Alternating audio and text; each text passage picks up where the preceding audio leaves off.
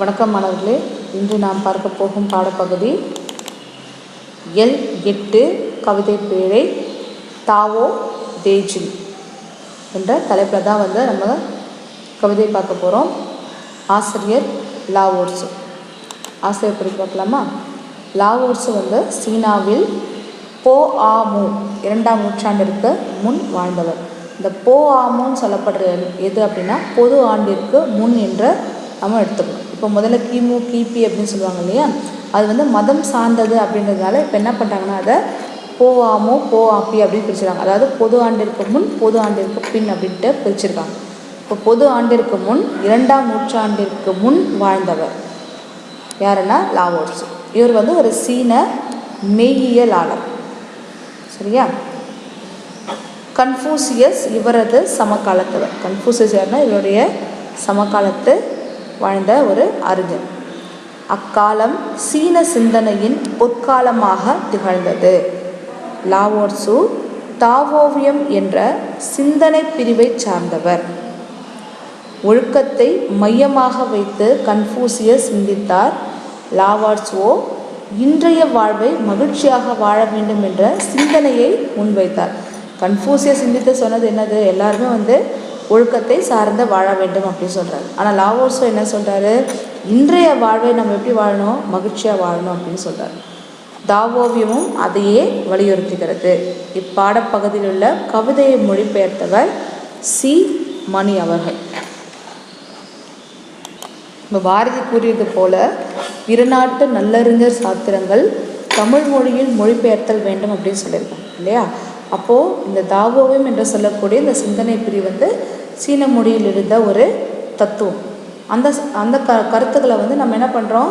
தமிழில் மொழிபெயர்த்து அதை நம்ம தெரிஞ்சுக்கிறோம். அதே போலயே தமிழ் மொழியில் இருக்கக்கூடிய ஏராளமான நூல்கள் என்ன பண்ணுமா? பிற மொழிகளில் மொழிபெயர்த்தல் வேண்டும் என்பதையும் நம்ம பாரதி சொல்லியிருக்கோம். அப்படி சீன மொழியில் இருந்த ஒரு கவிதையை நமக்கு மொழிபெயர்த்து கொடுத்தவர் யார் அப்படின்னா சி மணி அவர்கள். அப்போ ஒரு மொழிபெயர்ப்பாளர் பல மொழிகளை கற்றவராக இருக்க வேண்டும் இல்லையா? அப்போ அவர் சீன மொழியை தெரிந்திருந்தால் மட்டும்தான் என்ன பண்ண முடியும்? பொருள் அறிந்து தமிழ் மொழியில் அதை மொழிபெயர்க்க முடியும் இல்லையா? சரி, இப்போ நம்ம பாடப்பகுதிக்கு போகலாம். அதுக்கு முன்னாடி நுழைய முன் பார்க்கலாம். இருப்பதும் இல்லாத இருப்பதும் ஆகிய 2 நிலைகளுக்குள் உள்ளடங்கியது வாழ்க்கை. ஒன்றை பிடித்த பிடியை விட்டு பிரிதொன்று எட்டி பிடிக்கும் முன்னே ஏற்படும் வெற்றிட அனுபவங்களே வாழ்க்கையின் உருவத்தை வரைந்து வைத்து விடுகின்றன. உண்டு இல்லை என்ற சிந்தனைகளுக்கிடையே உண்டு என்பதையே பயனுள்ளதாக கருதுவதை சீன கவிஞர் லாவோட்சு மறுக்கிறார். எந்த ஒன்றும் உருவாக வேண்டுமென்றால் அதற்கு உண்டும் வேண்டும், இல்லையும் வேண்டும் என்ற கருத்தை கூறுவது இவர் படைத்த இக்கவிதை. எந்த ஒரு பொருளுக்குமே எதுவுமே இல்லை நம்ம சொல்லக்கூடாது. அதே மாதிரி கண்ணுக்கு புலனாகக்கூடியது மட்டுமே இருக்குது, கண்ணுக்கு புலனாகாது இல்லை அப்படின்னு சொல்லக்கூடாது இல்லையா? அப்போ இந்த உலகத்தில் இல்லாத ஒன்றும் இருக்கிறது, கண்ணுக்கு தெரியக்கூடியதும் இருக்கிறது அப்படின்றத கருத்தை ஆசிரியர் சொல்லியிருக்கார். இப்போ இது உன்னுடைய பாடப்பகுதி முழுசாக நான் படித்து காமிக்கிறேன். அதுக்கப்புறம் நம்ம பகுதியை பிரித்து பார்க்கலாம். ஆரக்கால் 30ம் சக்கரத்தின் மையத்தில் இணைகின்றன. ஆனால் சக்கரத்தின் பயன் அதன் காலி பகுதியால் கிடைக்கிறது.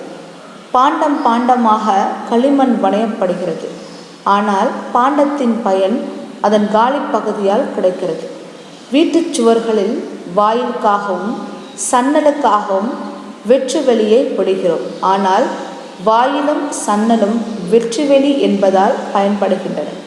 எனவே ஒரு பக்கம் இருத்தலின் பலன் கிடைக்கிறது, இன்னொரு பக்கம் இருத்தல் இன்மையை பயன்படுத்தி கொள்கிறோம். இது உங்களுடைய பாடப்பகுதி. இப்போ நம்ம இதை பகுதியை பிரித்து பார்க்கலாம். இப்போ முதல்ல கொடுத்துருக்கிறது என்ன அப்படின்னா, ஆரக்கால் 30ம் சக்கரத்தின் மையத்தில் இணைகின்றன. ஆனால் சக்கரத்தின் பயன் அதன் காலி பகுதியால் கிடைக்கிறது. அதாவது இந்த சக்கரத்தில் பல ஆரக்கால்கள் இருக்குது. இதெல்லாம் ஆரக்கால்கள் அப்படின்னு சொல்கிறோம். இந்த ஆரக்கால்கள் எல்லாமே எங்கே இணைகிறது அப்படின்னா இந்த சக்கரத்தின் மைய பகுதியில் இணைகிறது. அதுக்கு நடுவே ஒரு துவாரம் இருக்குது இல்லையா, இதுதான் வெற்றிடம் அப்படின்னு சொல்கிறாங்க. ஆனால் அந்த வெற்றிடத்தில் கூட அதோட அளவை விட குறைந்த விட்டமுள்ள கம்பிகள் வந்து என்ன பண்ணால் வண்டியின் இருபுறமும் பொருத்தப்படும். அப்படி பொருத்தப்படும் பொழுது அந்த சக்கரம் வந்து சுழலுகிறது. எப்படின்னா அந்த வெற்றிடம் வந்து சுழலும் போது அழுத்தம் வந்து ஏற்படுகிறது. அந்த அழுத்தம் எது அப்படின்னா காற்று. அப்போ அந்த காற்று அழுத்துவதால் தான் அந்த சக்கரமானது சுழல்கிறது. அப்போ அந்த வெற்றிடம் கூட எப்படி இருக்குதா, பயன் தருவதாக இருக்கிறது. அதனால தான் என்ன சொல்கிறாருன்னா சக்கரத்தின் பயன் அதன் காலி பகுதியில் கிடைக்கிறது அப்படின்ட்டு சொல்கிறார். இப்போ அடுத்தது பார்த்தோம்னா பாண்டம் பாண்டமாக களிமண் வணையப்படுகிறது, ஆனால் பாண்டத்தின் பயன் அதன் காலி பகுதியால் கிடைக்கிறது.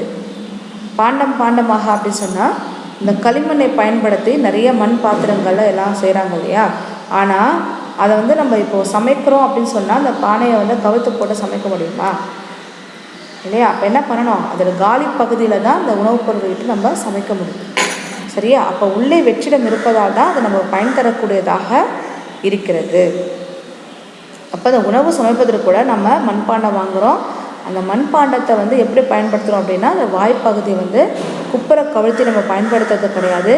அந்த பாண்டத்தின் மீது உணவுப் பொருளை இட்டு நம்ம பயன்படுத்த முடியாது. சரியா. அந்த பாண்டத்தை உள்ளார வெற்றிடமாக இருக்கக்கூடிய அந்த வாய்ப்பகுதி வழியே தான் நம்ம பொருட்களை இட்டு நம்ம சமைத்து நம்ம என்ன பண்ணுறோம், சாப்பிட்றோம். அப்போது நமக்கு பயன்படுவது உண்டு என்று சொல்லப்படுகின்ற இந்த மண் ஓடு அல்ல. அந்த மண் ஓட்டினை விட மண் ஓட்டினுள் எந்த பொருளும் இல்லை என்ற வெற்றிடம்தான் வந்து நமக்கு பயன்படுகிறது. அந்த உண்மையை தான் வந்து இங்கே அறிஞர் சொல்லியிருக்காரு. பாண்டம் பாண்டமாக களிமண் வணையப்படுகிறது, ஆனால் பாண்டத்தின் பயன் அதன் காலி பகுதியில் கிடைக்கிறது அப்படின்ட்டு இங்கே ஆசிரியர் சொல்லியிருக்கார். இப்போ அடுத்தது பார்த்தோம்னா வீட்டு சுவர்களில் வாயிலுக்காகவும் சன்னலுக்காகவும் வெற்றி வெளியை விடுகிறோம், ஆனால் வாயிலும் சன்னலும் வெற்றி வெளி என்பதனால் பயன்படுகின்றன.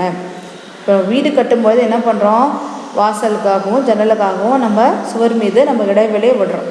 ஏன் அந்த மாதிரி இடைவெளி விடுறோம், காற்று வந்து வாயில் வெளியே நம்ம வீட்டை விட்டு வெளியே போகிறதுக்கும் திரும்ப உள்ளார போகிறதுக்கும் அந்த வாயுக்கதவுகளை விடுறோம். அதே மாதிரி ஜன்னல் எதுக்கு வைக்கிறோம் அப்படின்னா அந்த ஜன்னலுக்கு வழியே என்ன பண்ணோம், காற்று உள்ளே புகுந்து வெளியே செல்வதற்கும் நம்ம அந்த ஜன்னலாக வைக்கிறோம் இல்லையா. அப்போ நம்ம வீடு கட்டுறோம், ஒரு இடத்துல ஒரு குறிப்பிட்ட பரப்பளவை சுற்றி 4 சுவர்கள் எழுப்புகிறோம். எழுப்பியதுக்கப்புறம் அந்த சுவர்கள் மீது நம்ம அமர்ந்து வாழ முடியாது இல்லையா. அப்போ என்ன பண்ணணும், அந்த 4 சுவர்களுக்கு நடுவில் வெற்றிடம் வந்து அமைக்கிறோம். அந்த வெற்றிடத்தில் தான் என்ன பண்ணுறோம், வாயுக்கதவு வைக்கிறோம், சன்னல் வைக்கிறோம். அப்போ இந்த இடத்துல நமக்கு எது பயன்படுகிறது, அந்த வெற்றி வெளி தான் வந்து நமக்கு பயன் தருகிறது. சரியா.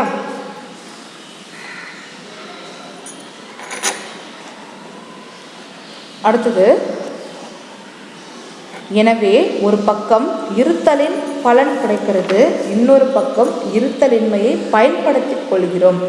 ஆக ஒரு பக்கம் நம்மளுக்கு அந்த பொருள் இருப்பதற்கான பயன் கிடைக்கிறது, இன்னொரு பக்கம் எதுவுமே இல்லாத வெற்றிடத்தையே கூட நம்ம என்ன பண்ணுறோம், பயன்படுத்தி கொள்கிறோம். எப்படி வந்து இந்த வண்டி சக்கரத்தை உள்ளார இந்த வெற்றிடமாக இருக்குது இல்லையா, அந்த வெற்றிடம் வந்து சக்கரம் சுழல்வதற்கு பயன்படுகிறது.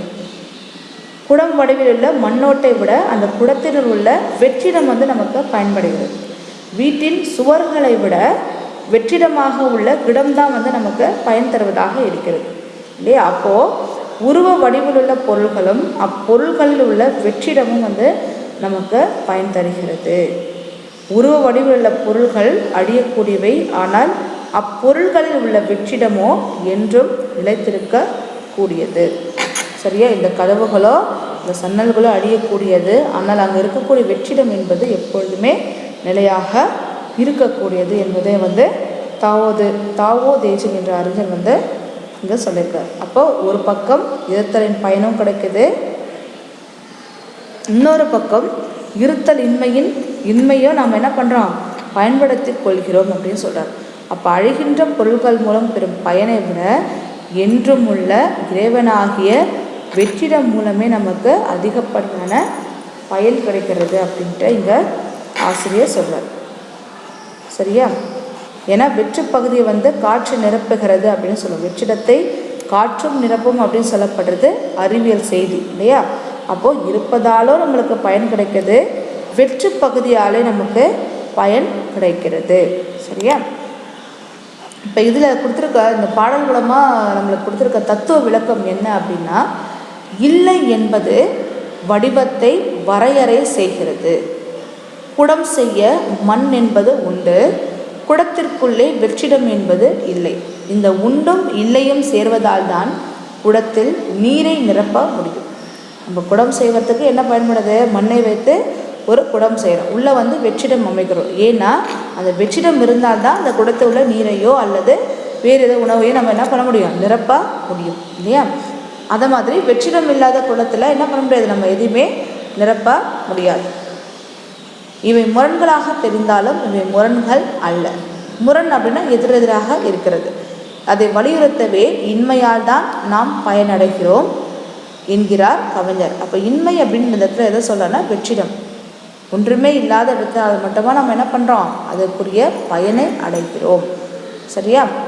ஆரங்களை விட நடுவில் உள்ள வெற்றிடம்தான் சக்கரம் சூழல உதவுகிறது.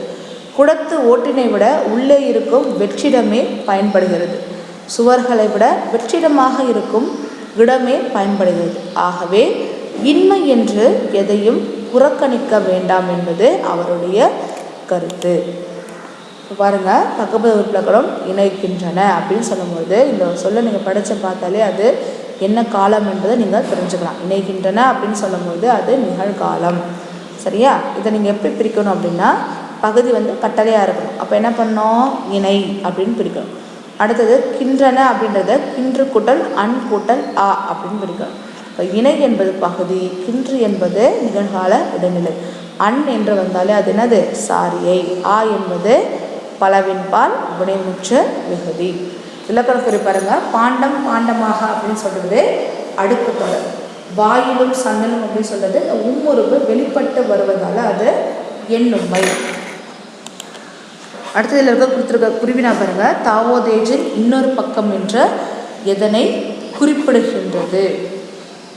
இது ரொம்ப எளிமையான ஒரு குறிவினா தான். அதாவது ஒரு பொருளில் உள்ள வெற்றி வெளியே தான் தாவோஜிங் என்பார் இன்னொரு பக்கம் என்று குறிப்பிடுகிறார். இதுதான் இதுக்கான விடை. ஒரு பொருளில் இருக்கக்கூடிய வெற்று வெளி. சரியா. இப்போ இந்த பாடலையும் இந்த பாடலுக்குரிய பொருளையும் மீண்டும் ஒரு முறை என்ன பண்ணணும்? நீங்கள் புத்தகத்தை எடுத்து வாசித்து பார்க்கணும். சரியா. அடுத்த காணொளியில் பார்க்கலாம். நன்றி.